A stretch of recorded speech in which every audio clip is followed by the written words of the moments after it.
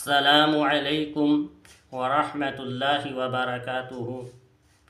میں امین الدین شیخ اور آپ دیکھ رہے ہیں تبلیغ کا کام۔ دوستو، جو لوگ میرے چینل پر نئے ہیں وہ چینل کو سبسکرائب کریں، بیل آئیکن کی گھنٹی کو دبائیں تاکہ میری آنے والی ویڈیو آپ تک پہنچ سکے۔ تو آج میں جس ویڈیو پر ریئیکشن دینے والا ہوں اس ویڈیو کا ٹائٹل ہے تبلیغ میں 3 دن لگانا کہاں لکھا ہے۔ یہ سوال کسی ساتھی نے کیا متکلم اسلام شیخ الحدیث حضرت مولانا الیاس صاحب گنبد دامت برکاتہم سے۔ تو مولانا نے کیا جواب دیا، پہلے بیان کو سنتے ہیں، پھر اس بیان پر میں اپنا ریئیکشن دوں گا انشاءاللہ۔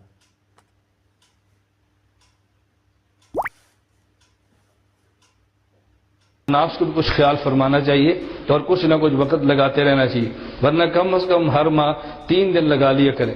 میں کراچی میں تھا تو ایک نوجوان مجھے ملا اور پوچھنے لگے تبلیغ جماعت والے ہر مہینے جو 3 دن کی بات کرتے ہیں ماہانہ سے روزہ، یہ تو بالکل شریعت میں نہیں ہے، نہ قرآن میں ہے، نہ حدیث میں ہے، نہ اسلاف میں ہے، یہ بدعت نے ایجاد کی ہے۔ میں نے کہا اتنی جلدی فتویٰ نہ ٹھوک، اپنے علم کو تو سنبھال کر بات کر، تو سوال کر ہم سے جواب لے، فتوے کیوں ٹھوکتا ہے؟ جب ہم نے جواب دینا ہے تو پھر آپ نے کہنا انتشار ہوتا ہے، اور جب تم فتوے ٹھوکتے ہو تو پھر انتشار نہیں ہوتا۔ اصل میں تو ان کو پکڑو جو فتوے ٹھوک رہے ہیں، جو اپنا دفاع کر رہے ہیں ان کو تو موقع دینا چاہیے، بھئی آپ دفاع کریں اپنا۔ میں نے کہا یہ قرآن میں بھی ہے، بخاری میں بھی ہے، مسلم میں بھی ہے۔ مجھے کہتا ہے ان کے تو، میں نے کہا ان کتابوں میں ہے، کہتے ہیں سروزہ، میں نے کہا جی ہاں سروزہ۔ مجھے کہتے ہیں جی کہاں لکھا ہے؟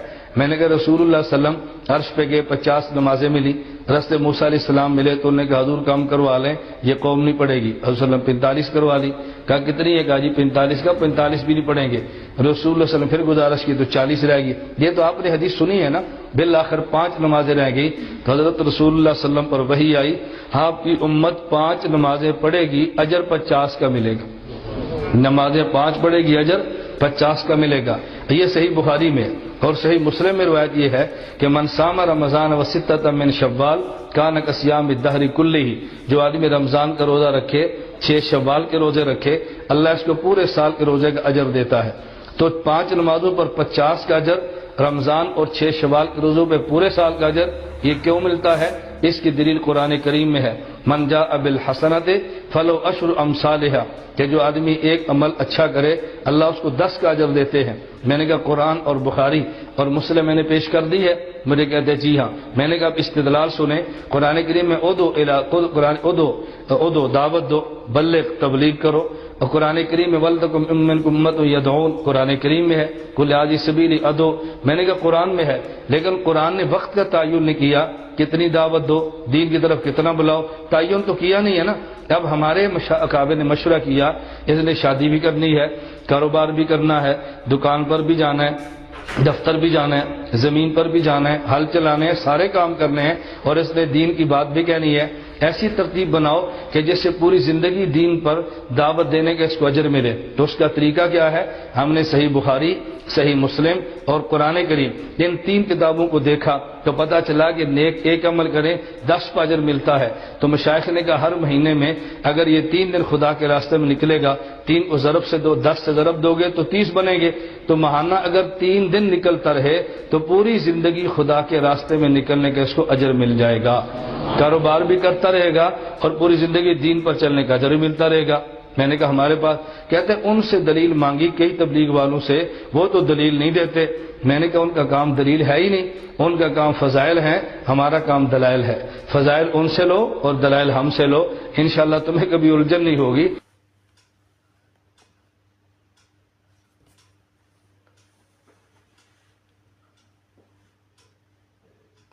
تو دوستو، یہ تھی ویڈیو حضرت مولانا الیاس صاحب گنبد دامت برکاتہم کی۔ تو دیکھو کتنا بہترین جواب دیا، قرآن میں سے دیا، حدیث میں سے دیا۔ اصل میں جو ہے تبلیغی جماعت جو ہے یہ مدارس میں سے نکلی ہے کہ حضرت مولانا الیاس صاحب رحمۃ اللہ علیہ جو بانی ہیں تبلیغی جماعت کے، وہ ایک مدرسے میں پڑھ کر آئے، مدرسے سے فارغ ہوئے، مولانا بنے، عالم بنے، تو اللہ تبارک و تعالیٰ نے ان کے ذریعے سے اس کام کو شروع کرایا۔ تو اصل میں یہ کام مدارس کی دین ہے۔ اگر مولانا الیاس صاحب رحمۃ اللہ علیہ مدرسے میں نہ پڑھتے، عالم نہ بنتے، تو یہ کام کیسے شروع ہوتا؟ تو بھائی یہ کام مدارس کی دین ہے، اور اس کام کو جو ہے بڑے بڑے علماء نے بڑی سوچ سمجھ کر شروع کیا ہے۔ آج کل لوگ بول دیتے ہیں جی یہ بدعت ہے، یہ کہاں لکھا ہے، اور جاہل تو پوچھتے ہی ہیں، لیکن پڑھے لکھے لوگ کئی بار نئے نئے عالم آتے ہیں، بیچارے جوش ہوتا ہے ان کے اندر، وہ بھی اس بات کو کرنے لگ جاتے ہیں کہ بھئی یہ تبلیغ میں جانا کہاں لکھا ہے۔ تو ان علماء کو بھی سوچنا چاہیے کہ بھئی جب اتنے بڑے بڑے علماء جو ہے دلیل دے رہے ہیں، اور حضرت مولانا الیاس صاحب رحمۃ اللہ علیہ جو اتنے بڑے عالم ہیں، علماء دیوبند میں ان کا جو ہے بہت اونچا مقام ہے، کیا وہ سب لوگ بیوقوف تھے اور ہم ہی جو ہے عقل مند ہیں؟ ایسا نہیں ہے۔ ان لوگوں نے قرآن اور حدیث میں سے نکال کر بہت سوچ سمجھ کر اس کام کو شروع کیا،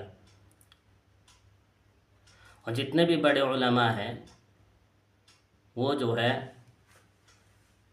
اس کام کی جو ہے اس کو بڑی عزت سے دیکھتے ہیں۔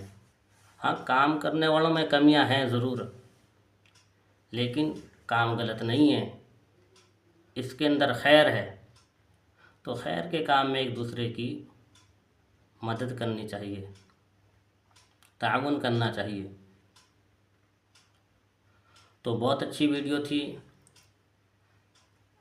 اصل میں جو ہے یہ کام جو ہے ہم سب کا ہے، دعوت کا کام بھی، اور جو ہے مدارس کا کام بھی، اور یہ خانقاہیں بھی، یہ سب ہماری ہیں۔ اس لیے ہمیں جو ہے مل جل کر اس کام کو کرنا چاہیے، اس سے زیادہ نفع ہوگا۔ چاہے کسی کا تبلیغ میں ایک دن بھی نہ لگا ہو، لیکن عالم عالم ہے، کیونکہ ہمارے تبلیغی بھائیوں میں ایک بہت بڑی بیماری یہ ہے، میں بھی اسی میں آتا ہوں، کہ ہم لوگ جو ہے جس عالم کی سال نہیں لگی ہوئی اس کو عالم ہی نہیں سمجھتے، اس کو تو 4 مہینے لگے ہوئے انسان سے بھی کم درجے کا سمجھتے ہیں۔ جس عالم کی سال لگ گئی اس کو بہت بڑا عالم سمجھتے ہیں، چاہے اس کو عبارت پڑھنی آئے چاہے نہ آئے۔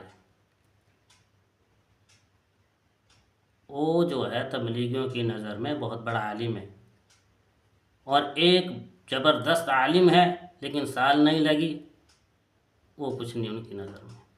تو یہ جو ہے یہ غلطی نہیں کرنی ہے۔ عالم عالم ہے، چاہے اس کی سال لگی ہو چاہے نہ لگی ہو۔ علماء جو ہے انبیاء کے وارث ہیں، اس لیے ہمیں جو ہے علماء سے دین سیکھنا چاہیے، علم سیکھنا چاہیے، کیونکہ انبیاء علیہم السلام جو ہے وراثت میں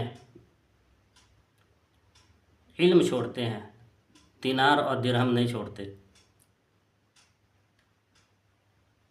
تو بہت اچھی ویڈیو تھی، بہت اچھی لگی۔ اللہ تبارک و تعالی ہم سب کو کہنے سننے سے زیادہ نیک عمل کی توفیق عطا فرمائے، اور مدارس کی، خانقاہوں کی، مراکز کی سب کی حفاظت فرمائے، اور سب کو آباد رکھے۔